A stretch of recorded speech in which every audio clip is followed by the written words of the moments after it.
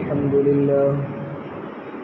لله وكفى وسلام على عباده الذين اصطفى أما بعد فأعوذ بالله من الشيطان الرجيم بسم الله الرحمن الرحيم يا أيها النبي اتق الله ولا تطع الكافرين والمنافقين إن الله كان عليما حكيما واتبع ما يوحى إليك من ربك إن الله كان بما تعملون خبيرا وتوكل على الله وكفى بالله وكيلا صدق الله العظيم۔ یہ سورہ احزاب کی ابتدائی آیتیں ہیں۔ اس سورت کا نام سورہ احزاب ہے۔ احزاب یہ حزب کی جمع ہے۔ حزب کا معنی ہوتا ہے جماعت، پارٹی، اور احزاب کا معنی ہوتا ہے جماعتیں، پارٹیاں۔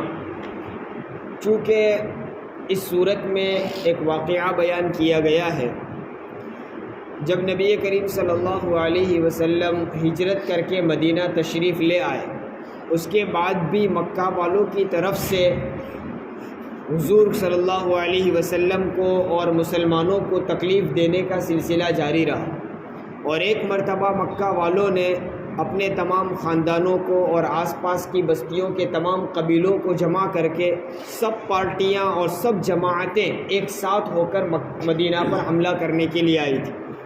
تو وہ سب جماعتیں ایک ساتھ تھیں، اس وجہ سے اس واقعے کو اس صورت میں بیان کیا ہے، اس وجہ سے اس صورت کا نام بھی احزاب رکھ دیا گیا۔ یہ صورت قرآن کی موجودہ ترتیب کے اعتبار سے 33ویں نمبر پر اور نزول کے اعتبار سے 90 نمبر پر، 90 یعنی 90۔ اس صورت کی جو ابتدائی آیتیں پڑھی گئی اس کا شان نزول کیا ہے؟ تو 3 روایتیں ذکر کی ہیں۔ ان روایتوں کو سمجھنے کے لیے ہم سیرت کو مختصر طور پر سمجھیں۔ حضور اکرم صلی اللہ علیہ وسلم کی زندگی میں آپ نے 53 سال مکہ میں گزارے۔ ولادت کے بعد سے لے کر 40 سال مکہ میں رہے، مکہ میں نبوت ملی، اور نبوت کے بعد بھی 13 سال آپ مکہ میں رہے، تو کل 53 سال آپ مکہ میں رہے۔ نبوت کے بعد کے جو 13 سال ہے، چونکہ نبوت سے پہلے تو آپ صلی اللہ علیہ وسلم کو جب تک نبوت نہیں ملی تھی تب تک آپ نے نبوت کا دعویٰ کیا تھا، اور آپ کے اس وقت کوئی دشمن بھی نہیں تھے، بلکہ اس وقت سب لوگ حضور اکرم صلی اللہ علیہ وسلم کو صادق اور امین کہا کرتے تھے، یعنی بالکل سچا اور امانت دار مانتے تھے، اور واقعی آپ تھے بھی۔ لیکن نبوت کا آپ صلی اللہ علیہ وسلم نے جب اعلان کیا تو نہ ماننے والوں نے انکار کیا اور جھوٹے جھوٹے الزام بھی لگائے۔ الغرض 40 سال کی عمر میں نبوت ملی، اس کے بعد سے 13 سال آپ مکہ میں رہے ہیں۔ اس زمانے میں جن لوگوں کو اسلام قبول نہیں کرنا تھا وہ لوگ صاف انکار کر دیتے تھے۔ کوئی اسلام کا انکار کرنے سے اور اللہ اور اس کے رسول کا انکار کرنے سے کوئی ڈرتا نہیں تھا، کیونکہ اس وقت تک اسلامی حکومت قائم نہیں ہوئی تھی، اسلام کو اتنا غلبہ نہیں حاصل ہوا تھا، اس لیے جو لوگ مسلمان ہونا چاہتے وہ مسلمان ہو جاتے، اور جن کو نہیں ہونا تھا وہ صاف انکار کر دیتے۔ ایسے لوگوں کو کہتے ہیں کافر۔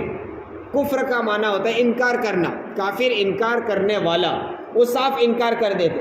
ایسا نہیں ہوتا تھا کہ وہ دل میں کفر رکھتے ہو اور ظاہر میں اپنے آپ کو مسلمان کہتے ہو، ایسا مکہ کی زندگی میں نہیں ہوا، کیونکہ وہ لوگ یوں سمجھتے تھے کہ جب اللہ اور اس کے رسول کو ماننا ہی نہ ہو، انکار کرنا ہو تو ڈرنے کی کیا بات۔ اس وقت اسلام کو ایسا غلبہ نہیں تھا کہ اسلام کی وجہ سے ان کے دلوں میں کوئی ڈر ہو۔ پھر حضور صلی اللہ علیہ وسلم ہجرت کر کے مدینہ تشریف لے گئے۔ آپ کے مدینہ جانے کے بعد آہستہ آہستہ اللہ نے اسلام کو غلبہ عطا فرمایا، اور مدینہ میں اسلامی حکومت قائم ہو گئی۔ اب مدینہ میں جو لوگ بسا کرتے تھے ان میں یہود بھی تھے۔ اب جن یہودیوں کو مسلمان ہونا تھا وہ لوگ ہو گئے، یعنی مدینہ کے جن لوگوں کو، یہودیوں کے علاوہ بھی اوس و خزرج کے لوگ رہا کرتے تھے، جن کو اسلام قبول کرنا تھا انہوں نے اسلام قبول کر لیا، لیکن جن کو اسلام قبول کرنا نہیں تھا تو وہ لوگ ڈرتے تھے کہ کہیں ایسا نہ ہو ہم نے اسلام قبول نہیں کیا اور اپنے کفر پر قائم رہے، کھلم کھلا کفر کرتے رہے تو مسلمانوں کی حکومت ہے، ہمیں کیا ہے کہ ختم کر دیا جائے گا۔ اس لیے وہ لوگ کیا کرتے تھے، دل میں کفر رکھتے تھے، یعنی اپنے آپ کو کافر ہی سمجھتے تھے، لیکن مسلمانوں کے پاس آ کر یہ ظاہر کرتے تھے کہ ہم مسلمان ہیں۔ حضور اکرم صلی اللہ علیہ وسلم کی مجلس میں بھی آتے، مسجد نبوی میں بھی آتے، مسلمانوں کے ساتھ بات چیت سلام کلام سب کرتے، نمازوں میں بھی آتے تھے، لیکن حقیقت میں وہ مسلمان نہیں تھے۔ ایسے لوگوں کو منافق کہا جاتا ہے۔ تو دو قسم کے لوگ ہو گئے، کافر اور منافق۔ کافر اس شخص کو کہتے ہیں جو کھلم کھلا کفر کرتا ہو، اور منافق اس آدمی کو کہتے ہیں جو ظاہر میں اپنے آپ کو مسلمان کہتا ہو، نام بھی مسلمانوں کی طرح رکھتا ہو، اعمال بھی مسلمانوں جیسے کرتا ہو، لیکن دل میں کفر رکھتا ہو، اس کو کہتے ہیں منافق۔ اب آیتوں کا مطلب سمجھے۔ جب حضور صلی اللہ علیہ وسلم مدینہ تشریف لے آئے، اس کے بعد مکہ سے ولید بن مغیرہ اور ربیعہ بن شیبہ یہ لوگ حضور کے پاس آئے۔ مکہ میں جب تک حضور اکرم صلی اللہ علیہ وسلم رہے وہاں تک تو تکلیف دینے میں کوئی قصر باقی ہی نہیں رکھی تھی، اور حضور مجبور ہو کر مکہ شہر چھوڑ کر وطن چھوڑ کر مدینہ گئے۔ اب مدینہ آ گئے تو انہوں نے کیا کیا، وہاں سے یہ لوگ آئے اور حضور اکرم صلی اللہ علیہ وسلم کو کہا کہ ہمارے پاس مکہ میں جتنا مال و دولت ہے اس کا آدھا ہم تم کو دے دیں گے۔ کیا کریں گے؟ آدھا مال و دولت، پورے شہر کی آدھی ملکیت تم کو دے دیں گے، تم بس ایک کام کرو کہ جس نبوت کا تم دعویٰ کرتے ہو وہ دعویٰ کرنا چھوڑ دو، آپ اپنے دین کی دعوت دینا چھوڑ دو، اور ہم مکہ کی آدھی ملکیت آپ کو دینے کو تیار ہیں۔ جب انہوں نے یہ بات کہی تو اللہ تبارک و تعالیٰ کی طرف سے حضور اکرم صلی اللہ علیہ وسلم پر یہ آیت نازل فرمائی، یا ایھا النبی اتق اللہ، اے نبی اللہ سے ڈرو۔ یعنی کیا کہنا ہے کہ تم ان کے مال و دولت سے متاثر نہ ہونا، اللہ سے ڈرو، اللہ کے دین کی دعوت آپ کو حکم دیا گیا ہے، آپ کو نبی بنایا گیا ہے، اس لیے اللہ کا خوف رکھنا۔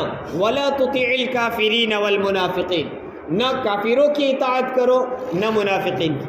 کافر تو مکہ سے آئے تھے، انہوں نے کہا مال و دولت دیں گے، تم ان کی بات بھی مت ماننا، اور مدینہ کے لوگوں نے بھی دھمکی دی تھی کہ تمہاری نبوت کا دعویٰ چھوڑ دو ورنہ ہم تم کو قتل کر دیں گے۔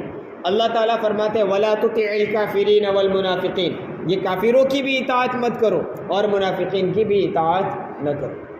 تو ایک روایت یہ بیان کی ہے کہ مکہ والوں نے مال و دولت کی آفر کی تھی، اس بنیاد پر یہ آیت نازل ہوئی۔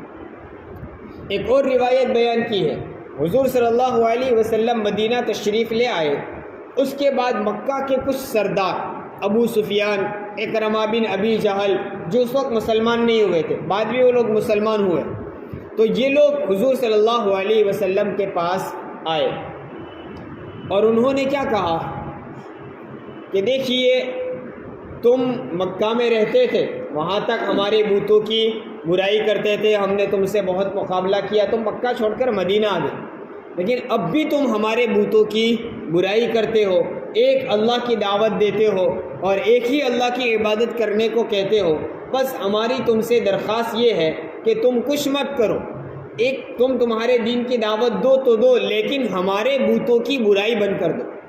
کسی سے یہ مت کہو کہ ان بتوں سے کچھ نہیں ہوتا، ان مورتیوں سے کچھ نہیں ہوتا، یہ کہنا چھوڑ دو، اور لوگوں سے یوں کہو کہ یہ مورتیاں بھی اور یہ بت بھی آخرت میں شفاعت کریں گے۔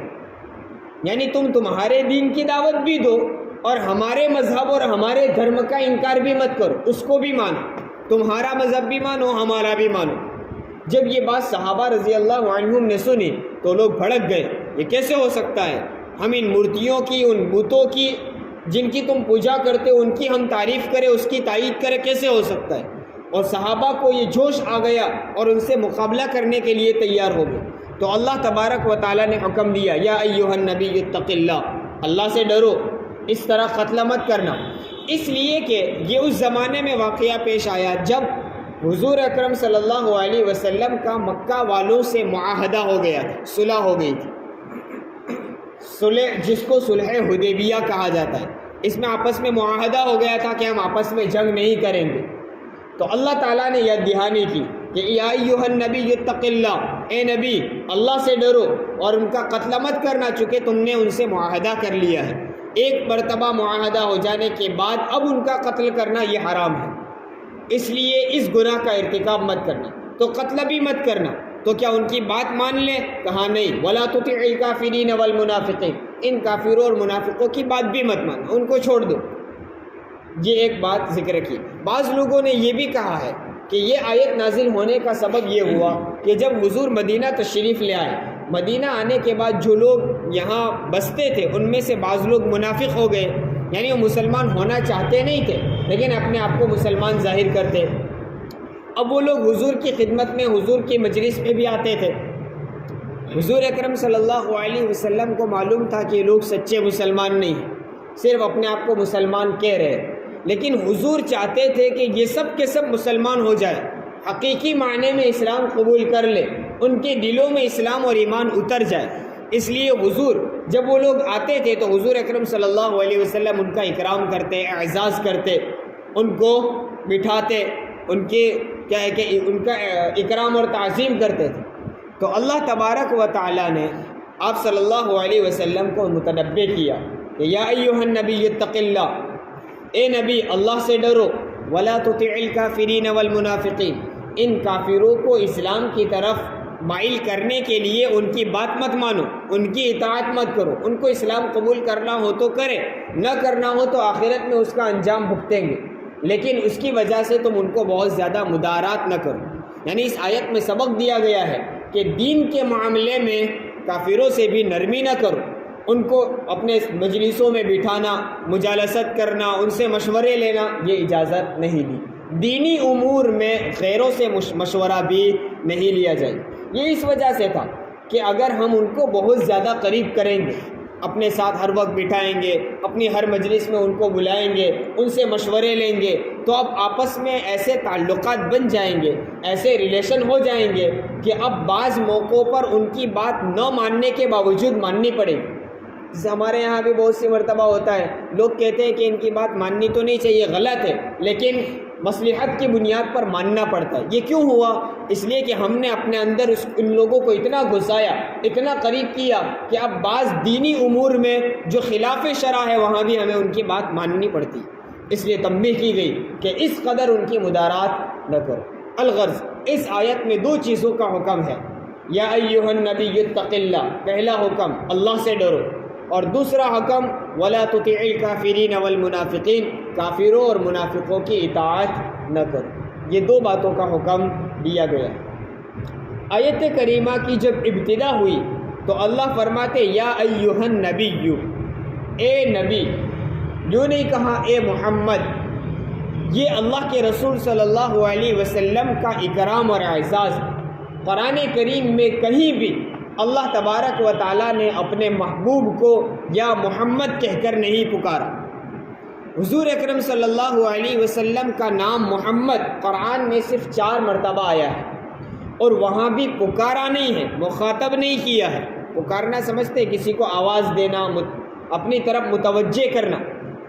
یہ کہاں آیا ہے؟ جہاں حضور کا رسول ہونا بتلانا تھا تو اللہ نے بتلایا ہے کہ محمد اللہ کے رسول ہے، یہ نام لے کر کہا، ورنہ کبھی نام لے کر پکارا نہیں ہے، برخلاف دیگر انبیاء کے، جیسے بعض انبیاء کے لیے پکار کر کہا یا موسیٰ، یا عیسیٰ، یا نوح، یا آدم، لیکن کبھی کہیں بھی یا محمد کہہ کر پکارا نہیں۔ یہ آپ صلی اللہ علیہ وسلم کی تعظیم کی غرض سے تھا۔ کبھی فرمایا یا ایھا النبی، کبھی کہا یا ایھا الرسول، کبھی کہا یا ایھا المزمل، کبھی کہا یا ایھا المدثر، لیکن نام نہیں لیا، صفات بیان کی۔ اور ہمارے معاشرے میں بھی اور عرف میں بھی ایسا ہوتا ہے، چھوٹا شخص بڑے آدمی کو نام لے کر نہیں پکارتا، جیسے اولاد اپنے باپ کو نام لے کر نہیں پکارے گی، شاگرد استاذ کو نام لے کر نہیں بلائے گا، مرید شیخ کو نام لے کر نہیں بلائیں گے، کیونکہ بڑے ہیں، ان کی تعظیم ہے تو ان کو نام نہیں لیا جاتا۔ بیٹا ہو تو ابا کہے گا، ابو کہے گا، شاگرد ہو تو استاذ کہے گا، نام نہیں بولیں گے۔ تو یہ تعظیم میں کیا ہوتا ہے؟ نام نہیں لیا جاتا۔ یہ بھی آپ صلی اللہ علیہ وسلم کی تعظیم ہے کہ خود اللہ تبارک و تعالی اپنے محبوب کو نام لے کر پکارتے نہیں ہیں۔ یا ایھا النبی اتق اللہ، نبی کو مخاطب کیا گیا، اے نبی آپ اللہ سے ڈریے۔ کیوں ڈرنے کا حکم دیا؟ کہ ان کفار و مشرکین کی باتوں کو سن کر جوش میں نہ آئیں اور ان کا قتال نہ کریں، کیونکہ یہ حرام ہے، آپ نے معاہدہ کر لیا ہے اور معاہدے کی خلاف ورزی حرام ہے۔ حکم کس کو دیا جا رہا ہے؟ اللہ کے رسول کو۔ سوال یہ ہوتا ہے کہ نبی کریم صلی اللہ علیہ وسلم تو معصوم تھے، آپ سے تو کوئی گناہ سرزد نہیں ہوتا تھا، آپ بے گناہ تھے، آپ کی ذات کے بارے میں گمان بھی نہیں کیا جا سکتا کہ آپ کبھی نعوذ باللہ حرام کام کریں، پھر بھی آپ کو حکم کیوں دیا کہ اللہ سے ڈرو اور اس گناہ سے بچنا؟ مفسرین نے اس کی وجہ لکھی ہے، دو وجہ لکھی ہے۔ ایک وجہ یہ لکھی ہے کہ حضور اکرم صلی اللہ علیہ وسلم کو یوں کہا جا رہا ہے کہ اے میرے نبی، جس طرح آج تک آپ اللہ سے ڈرتے رہے اور گناہوں سے دور رہے، آئندہ بھی گناہوں سے پرہیز کرتے رہنا۔ ایک وجہ یہ بیان، اور دوسری وجہ اس سے اچھی یہ بیان کی ہے مفسرین نے کہ یہاں اگرچہ خطاب حضور صلی اللہ علیہ وسلم سے کیا، یا ایھا النبی کہا کہ اے نبی، لیکن مراد پوری امت ہے، پوری امت کو سمجھایا جا رہا ہے کہ ہم نبی کو کہہ رہے اور نبی کے واسطے سے پوری امت کو حکم دیا جا رہا ہے اتق اللہ، اللہ سے ڈرو، ولا تطع الکافرین والمنافقین، اور کافروں اور منافقوں کی اطاعت نہ کرو۔ یہ پوری امت کو حکم دیا۔ جب پوری امت کو حکم دینا تھا تو پھر یا ایھا النبی کیوں کہا؟ اے میرے بندو، اے لوگو، اے امت محمدیہ، یوں کہنا چاہیے تھا۔ یہ اسی وجہ سے کہا، تنبیہ کی ہے کہ اے لوگو، تم تو کیا، ہم اپنے نبی کو بھی یہ حکم دیتے ہیں کہ اللہ سے ڈرتے رہنا اور کافروں اور منافقوں کی اطاعت نہ کرنا۔ جب یہ حکم اللہ کے محبوب اور اللہ کے نبی کے لیے ہے تو امت کے لیے کہاں اجازت ہو سکتی ہے کہ وہ اللہ کی ذات سے بے خوف ہو جائے؟ امت کو کیسے اجازت ہو سکتی ہے کہ وہ کافروں اور منافقوں کی اطاعت کرنے لگے؟ جب یہ نبی کو بھی اجازت نہیں تو امت کو بدرجہ اولیٰ اس کی اجازت نہیں ہے۔ یہ دو چیزوں کا حکم دیا۔ آگے فرماتے ان اللہ کان علیما حکیما، بے شک اللہ تعالیٰ خوب جاننے والا ہے۔ یہ کیوں کہا کہ اللہ نے ان دو چیزوں کا آپ کو حکم دیا ہے؟ آپ یوں مت سمجھیے کہ اس حکم سے کیا فائدہ ہوگا، یہ حکم کا کیوں دیا؟ اللہ تعالیٰ انجام جانتا ہے، اس کا اینڈ کیا آئے گا اللہ خوب جاننے والا ہے۔ اللہ اسی وجہ سے آپ کو حکم دیتا ہے، تمہارے علم میں نہیں ہے، اللہ علم رکھتا ہے، اس وجہ سے اللہ نے حکم دیا۔